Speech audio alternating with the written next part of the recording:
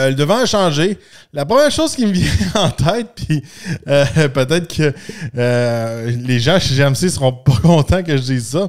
Je trouve que les phares à l'avant me rappellent vraiment l'ancien modèle de Sierra, pas celui actuel, un peu comme celui que j'avais, mon Sierra AT4.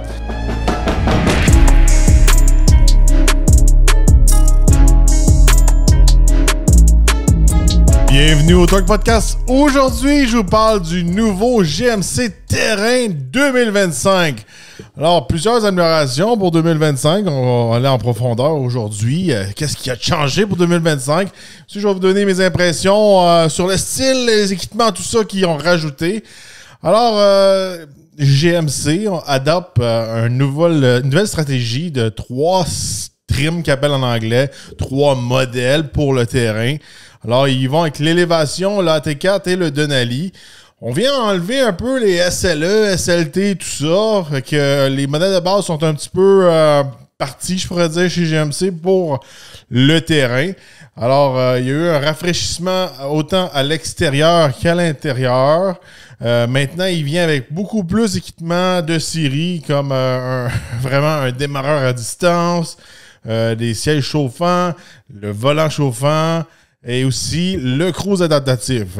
Il y a toujours sous le capot le 1.5 litres turbo qui développe 175 chevaux à peur de 103 livres-pieds de courbe en version all-wheel drive. On va en parler un peu plus en profondeur plus tard. Aussi, il y a une nouvelle configuration qu'on peut avoir, un 2 tons. Alors, le toit va être d'une autre couleur. Et on peut avoir le fameux miroir, je pourrais dire, caméra à l'intérieur. Fait que ça, c'est un résumé vite fait, je pourrais vous dire, de ces modèles-là. Fait qu'on y va avec l'élévation, c'est celui qu'on voit à l'écran. Malheureusement, quand j'enregistre ça, avant l'embargo, j'ai pas les images du AT4, Denali, etc. C'est un petit peu dommage parce que c'est un petit peu... ces modèles-là, peut-être qu'on aurait voulu voir aussi, mais je sais que l'élévation... est vraiment leur gros vendeur, je pourrais dire, chez GMC. C'est leur value package, comme on dit en anglais. Alors, regardez, les packages ils restent toujours vraiment similaires auparavant. L'élévation est toute noire. Des roues 17 pouces. On peut avoir un Black Edition avec des roues 19 pouces. L'AT4, lui, il vient avec des roues 17 pouces, avec des pneus tout-terrain. Il vient avec des suspensions qui sont tunées pour le hors-route. Il y a aussi un aide à la descente de côte. Il y a aussi les crochets, les fameux tow hooks à l'avant qui sont rouges, tout ça.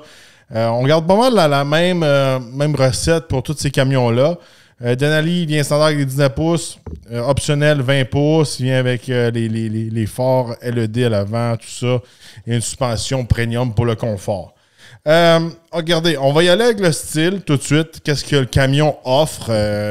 On va regarder ça ensemble. Là, je vous montre celui, le modèle élévation. Je pense que le groupe noir. Le devant a changé. La première chose qui me vient en tête, puis peut-être que les gens chez GMC seront pas contents que je dise ça. Je trouve que les phares à l'avant me rappellent vraiment l'ancien modèle de Sierra, pas celui actuel. Un peu comme celui que j'avais, mon Sierra AT4. Je trouve qu'il y avait des phares comme de la même shape, puis on dirait de loin, on dirait un vieux Sierra. C'est pas laid, je pourrais dire. C'est juste que on dirait que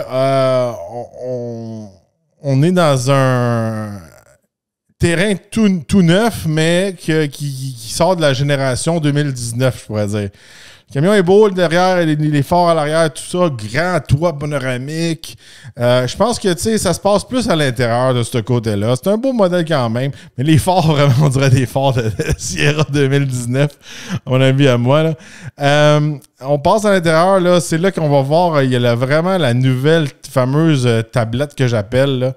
Je ne l'ai pas encore essayé. C'est celle-là que, au début, ça a été lancé dans le Sierra EV, qui n'est pas encore disponible.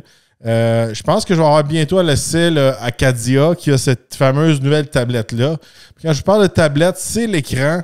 L'écran est vraiment vertical avec un gros bouton en bas, très carré. On a les nouveaux volants, je pourrais dire GMC, qui est aussi moderne puis carré. Aussi, tous les cadrans sont digitales en avant de nous.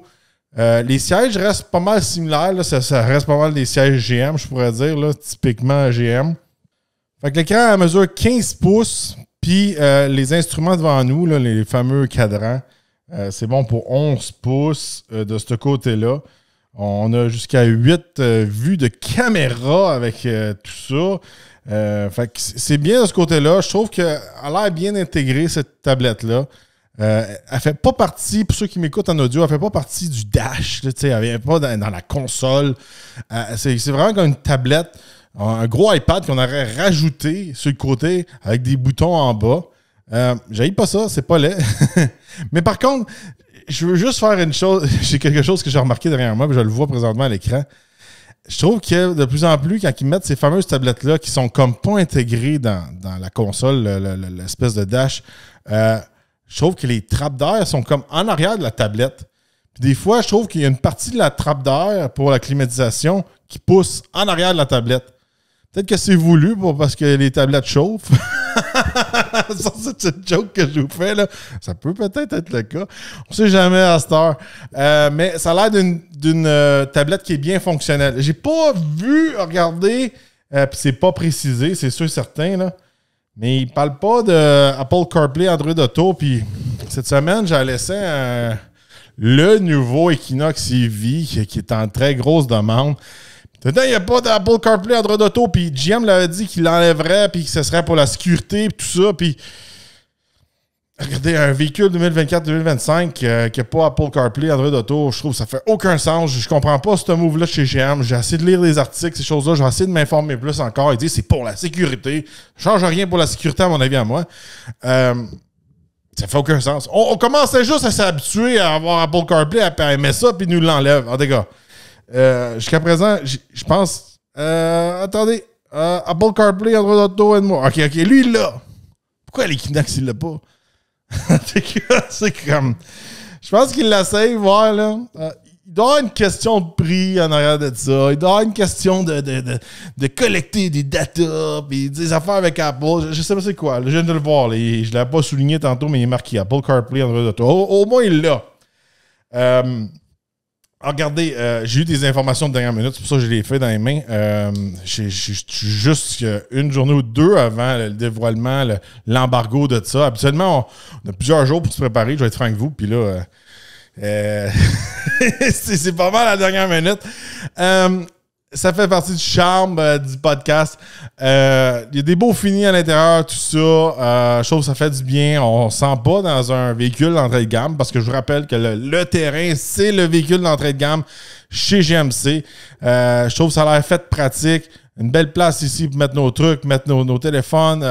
Il y a beaucoup d'espace qui a été libéré ici. On adapte une grosse amélioration que je viens de voir à l'instant.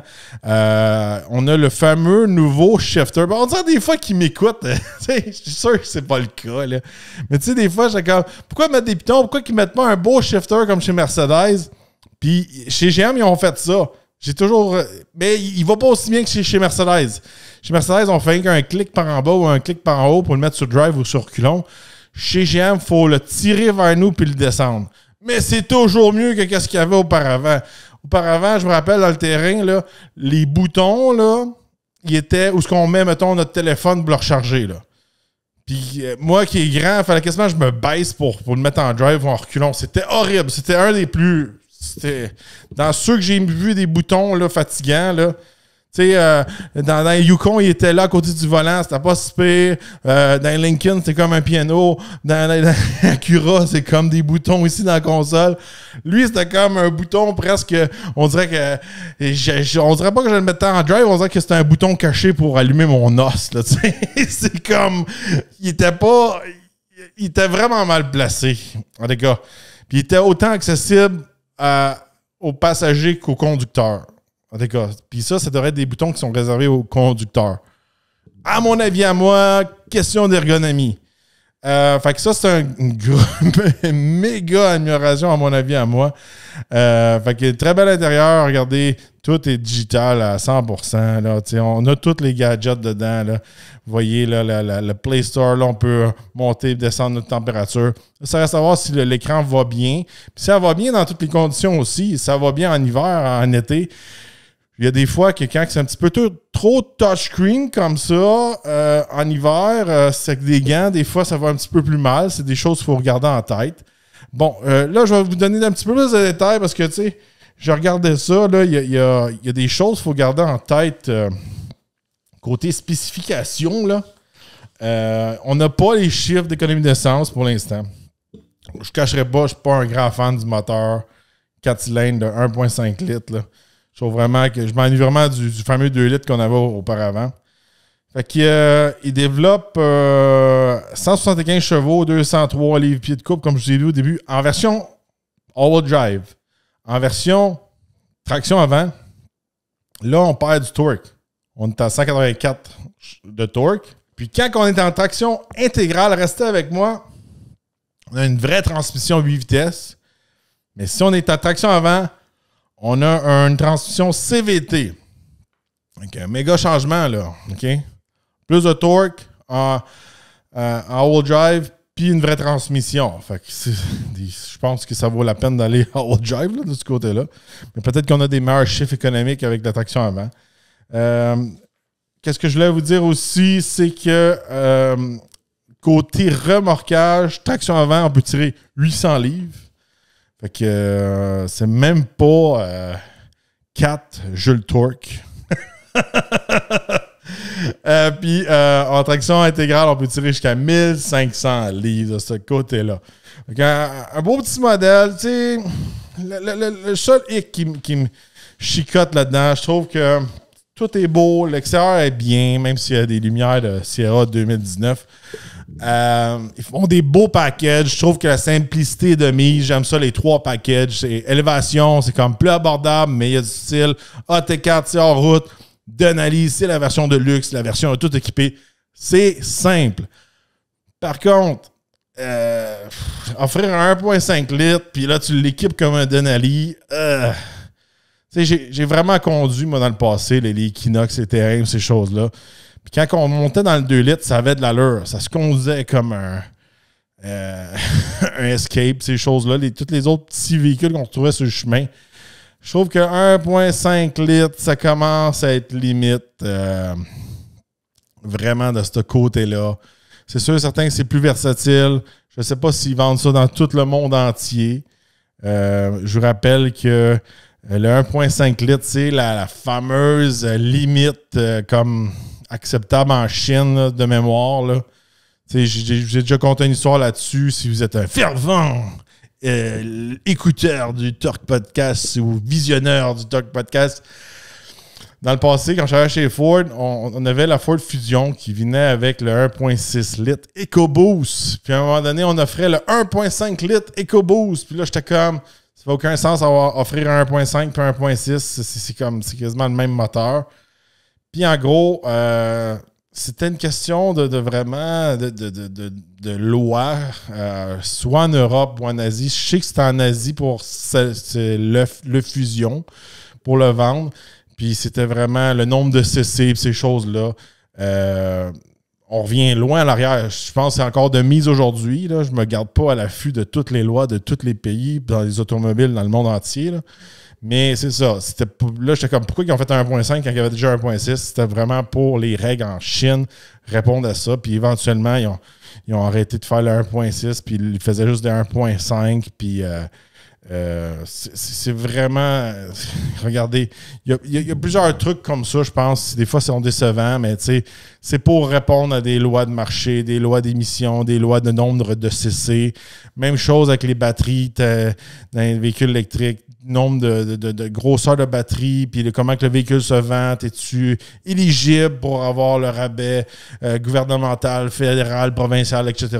Fait que ça fait toute partie de ça, mais des fois, tous ces règlements-là, puis quand ils essaient de plaire un peu à un marché global, mais des fois, on est pénalisé et on n'a pas le 2 litres. À mon avis, à moi. Alors, dites-moi dans les commentaires, qu'est-ce que vous pensez du GMC Terrain? Est-ce qu'il est à votre goût? Est-ce que vous êtes content des updates? Est-ce que vous êtes triste qu'il n'y a plus les modèles un petit peu plus en bas de l'élévation, les espèces de SLE, SLT, tout ça qu'il y avait auparavant? Est-ce que vous aimez le style avec les lumières de Sierra 2019 qu'on voit là à l'écran? Je pense qu'ils ont fait une bonne job en général. Laissez-le-moi le savoir dans les commentaires. N'oubliez pas de vous inscrire à la section VIP. On vous offre du contenu en exclusivité d'avance. On répond à vos questions. On a de la marchandise qui s'en vient aussi, exclusive pour les membres VIP avec des rabais pour les VIP. Puis en plus, ça soutient beaucoup notre chaîne. Regardez, on aime ça, interagir avec notre section VIP. C'est des gens qu'on voit qu'ils prennent ça à cœur, qui aiment ça nous soutenir. Puis on fait du contenu exclusif que je pourrais dire que on est plus explicite. On se laisse aller, on compte des histoires que peut-être on n'est pas supposé vous compter. Fait qu'allez vous abonner, ça vaut la peine. N'oubliez pas de vous abonner, liker et partager. Et on se revoit dans un prochain podcast.